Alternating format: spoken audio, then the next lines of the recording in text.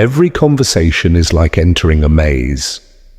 Most people walk through it blindly, asking boring questions and never reaching anywhere meaningful. But some know the secret turn, as when to pause, what to say, and how to touch emotions that words alone can't describe. They turn a simple chat into a dance of attraction. Carl Jung said the unconscious is full of symbols and drives that shape our emotions. That means every laugh, glance, or word carries an emotional force we don't control. Desire doesn't come from logic, it comes from the hidden mind. The biggest mistake. Most men think seduction means talking more, showing off, or trying to impress. That never works. Real attraction comes when conversation reflects the unconscious, when it touches what someone feels, not what they think. It's not about words, it's about emotions. Jung said that what we repress always looks for a way out. When someone feels safe enough to talk about what they usually hide, attraction begins to grow. The field of desire. True connection happens when you make someone feel, not just talk. It's when you guide her imagination, when she reveals a memory or a hidden dream. That's where attraction begins. Instead of asking, "What do you do on weekends?" try this. Everyone has a secret side, something they only show when they really trust someone. What's yours? That's not a question for information. It's an invitation to go deeper. Those questions awaken desire because they touch the unconscious mind. Jung called it projection. When someone connects their emotions to you because you become the mirror that brings them out. Attraction then is not about you. It's about the image the other person sees in you. The power of suggestion.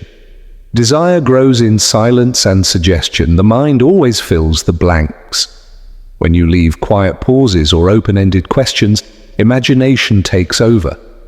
Guide that imagination carefully, and you become the surface on which she projects her feelings.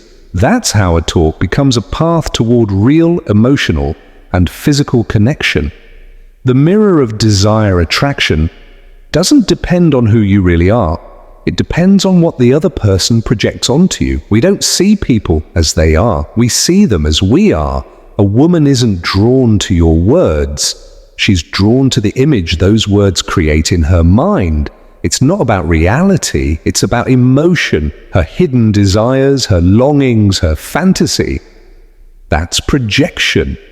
And it's the strongest force in seduction. Awakening her inner movie. She doesn't feel attraction because you're clever. She feels it because your words awaken her imagination. Example: "You look beautiful tonight." Just a compliment. You have that look in your eyes, like someone who's about to do something forbidden. Now it's a mirror. You didn't describe her. You invited her to project. At that moment, she feels something powerful, not about you, but inside herself. That's the true spark of attraction, the magic of silence. The art of seduction isn't about saying more, it's about saying less, leaving open spaces where imagination can move freely. Ask things like, have you ever felt drawn to someone and didn't know why? Or softly say, there's something dangerous about your energy, like you're hiding a secret. These lines don't describe, they evoke.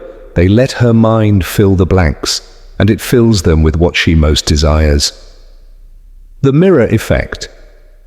When someone projects emotions onto you, they feel them as real. And when they feel them, they believe you caused them.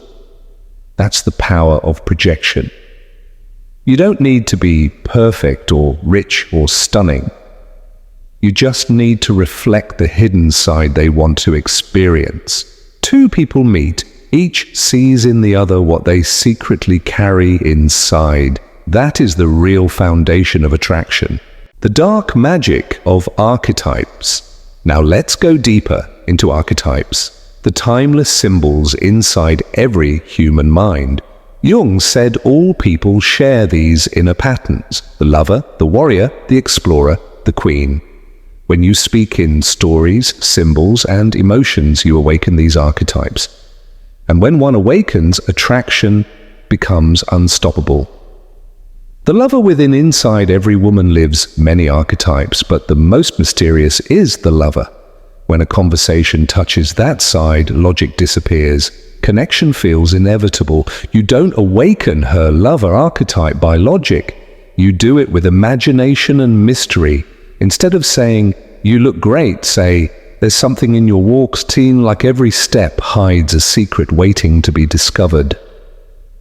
Now you're speaking the language of the unconscious. The sleeping gods archetypes are like sleeping gods. They live inside us, waiting to be awakened. When you awaken the lover, the air becomes charged with tension. When you awaken the explorer, everything feels like an adventure.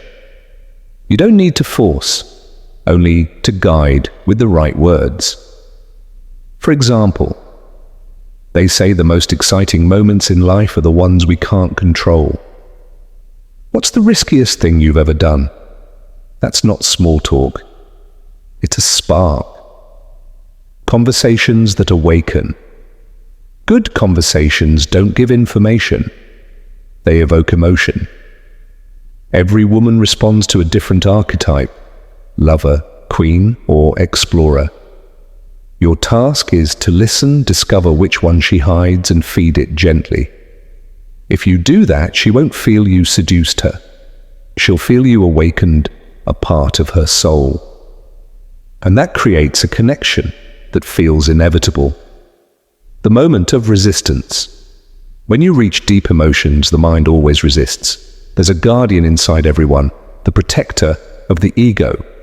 If you push too hard, it closes the door.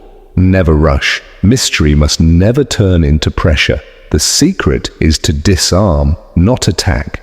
The three keys: curiosity, vulnerability, and complicity. Curiosity, create intrigue. I'm not sure I should tell you this. It might change the way you see me. Curiosity opens doors. Vulnerability, show your human side. I seem calm, but when something really excites me, I lose all control. When you show truth, others open up too. Complicity, build a secret world only you two share. I like that not everyone understands this kind of talk.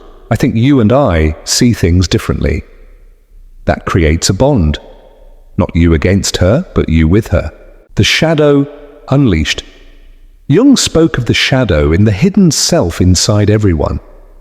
When someone feels truly safe, that shadow awakens. That's where real desire begins. You're no longer just talking, you're touching the deepest layers of emotion. It doesn't feel forced, it feels discovered. The language of desire. There comes a moment when words stop being words. The air feels alive, the silence electric. That's the edge of desire. Desire isn't created, it's revealed. Your job is to guide it carefully. Balance mystery with certainty. Start gently. I like the way you speak. It's hypnotic, like you're pulling me in, and then go deeper.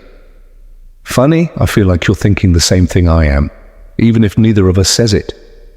Now the energy changes, the silence speaks. Desire needs rhythm, it needs pauses. Sometimes silence is more seductive than speech. Say softly, "There's something about you that changes the air around me.